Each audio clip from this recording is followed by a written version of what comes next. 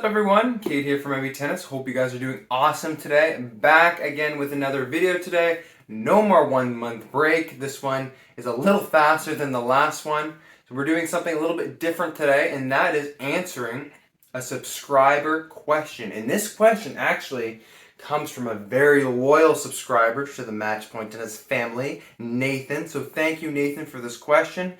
He left this in a comment on our last video, which was pre-match warm-up routine. So definitely check that video out if you haven't seen it. But the question goes, what are your thoughts about going back to the basics once in a while? Sometimes I like to strip everything down and ask myself, am I doing the fundamentals correctly, or have a lot of unnecessary movements found their way into my strokes? As always, thanks. He also mentioned before, can you tell us more about your coaching? So I'm going to do my best to answer this question for you, Nathan, and I hope that this will help you, but also help a lot of other people, because I'm going to mention a lot in this. So our coaching, yes, me and my dad both do a lot of coaching, and when we are coaching, we do everywhere from, little young kids from, 3 and 4 years old, all the way up to, green ball and real ball kids that are, 10, 12, 13, 14. And in those groups, we focus on the 5 fundamentals. And even still, at my level, I even think about these things sometimes too, as you mentioned, to strip down and really go back to the basics. So yes, I also go back to the basics. So what are those 5 fundamentals? Fundamental 1 is grip. Now the grip is a very fundamental thing, because I feel like if you don't have the right grip and you're playing, some level of tennis that's high, it's gonna be difficult if you don't have a proper forehand grip, or you're not hitting a continental grip on the serve. So grip is super important. There's also the setup. So when we're out with the kids, especially at the young age, we want to teach them to, stand sideways when they're hitting the ball, have their racket up. The other one is impact point. So where do you like to hit the ball? It should be out in front. Some people, like it a little higher than others, but also in the middle of the strings for impact point.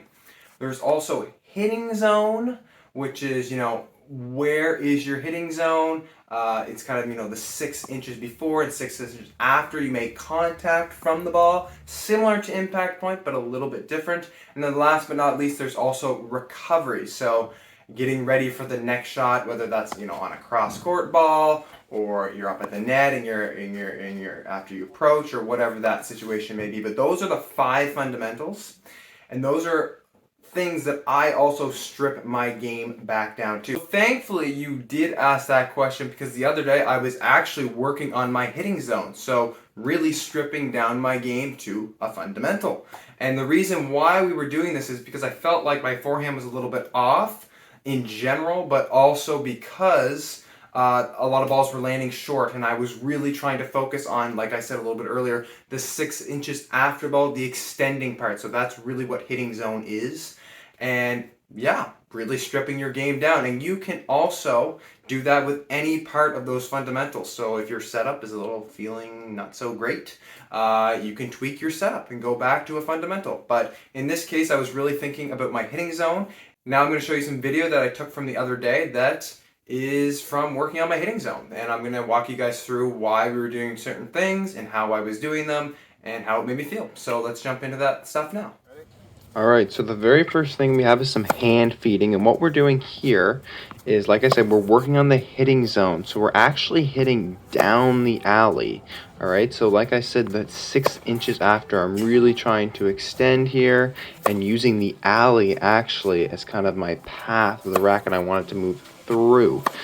So now we're moving into more movement here with the same thing, but also when we're doing these hand feeds, I'm actually trying to hit the ball out, and that might sound very odd, but trying to hit the ball out is actually really difficult, but is actually very effective for trying to lengthen your hitting zone, but to start hitting the ball deeper.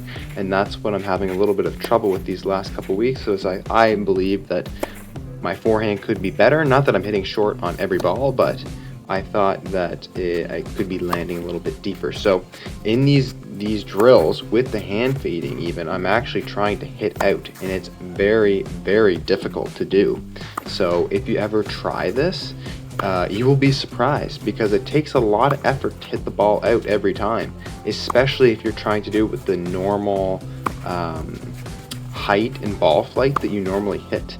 So same drill here, moving side to side. Now we're moving into alternating between cross court and line. So getting the feet really activated now and really trying to use my legs. And as you can see, like, some of those balls are still going in, and I'm still trying to hit them out. Nice that we got a couple different angles here, one at the net, one on my side and one on the back.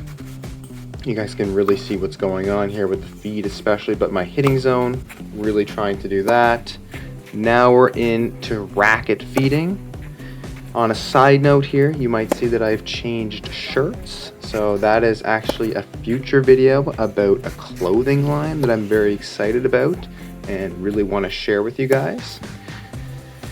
So yes, just continuing with this, I'm still trying to hit out. So one thing to keep in mind also is when you're doing this, if you're getting somebody to feed you, don't do too many, because this is very tiring. So make sure you're only doing, like, 6 to 8 balls.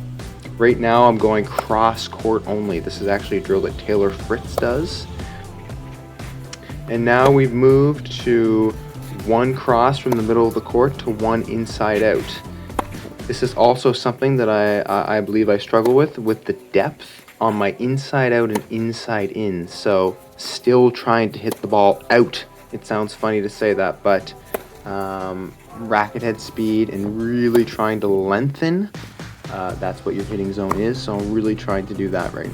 Something else that I thought I would mention is actually, I believe I touched on this earlier, but if you're doing, stripping your game down, you can do these drills that I'm actually doing. Like, they're a little bit tailored to hitting zone because I'm trying to hit out, but you can actually do any of the fundamentals. So if I wanted to work on my setup right now, then I could. Or if I wanted to even tinker with my grip, I could really actually do these drills and think about my grip and make some changes there. But that's one thing, is you can kind of do any drills you want, feeding drills, live ball, anything, and think about any of these five fundamentals. And today, of course, we're focusing on hitting zone.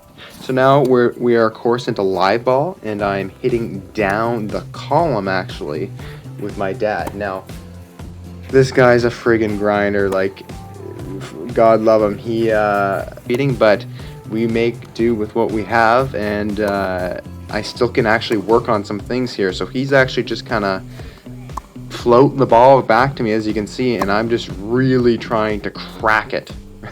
And sometimes that's what you can do if you have, a partner that's not maybe as good as you. Stick them in a corner and just make yourself do all the work. Make drills around hitting to a specific spot.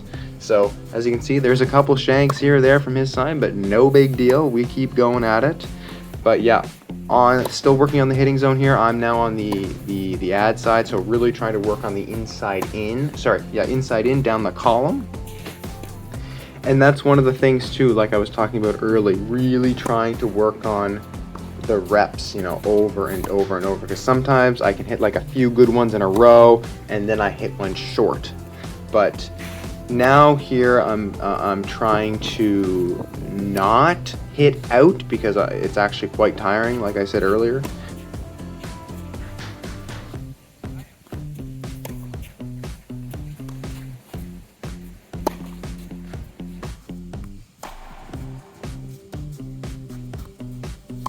Now this is the last one, and this is just pretty much the same thing as what we were doing before. The first one was down the line in the column, then we moved inside ins, and now the last one is inside out. This was probably the best one we did because it's actually on my dad's back end, and that's his best side. But yeah, working on the inside out here.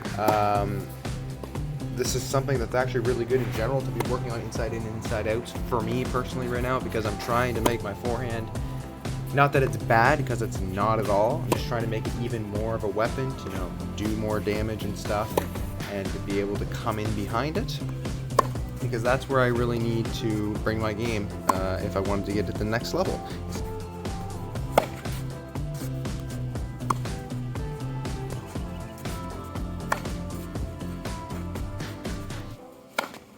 Alright everyone, there you guys have it. Hopefully you enjoyed that different format of a video. It's not normal that we take a question and then use it on a video, but I thought that was a great question and something that, is actually really critical for coaches and players and parents. Those 5 fundamentals are really important, and I mean, if you can master those, well, you know what? Nobody can really master those because nobody's perfect, but those things are very, very critical, like I said, so make sure you're working on those things, or if you're having issues, strip it down. It's okay to go back to the basics.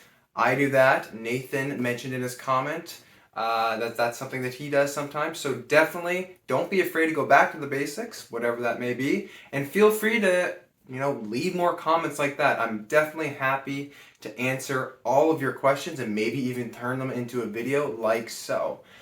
So, yep, that's going to be it for today. Thanks for stopping by. Do not forget to like and subscribe, and we will catch you guys in the next video.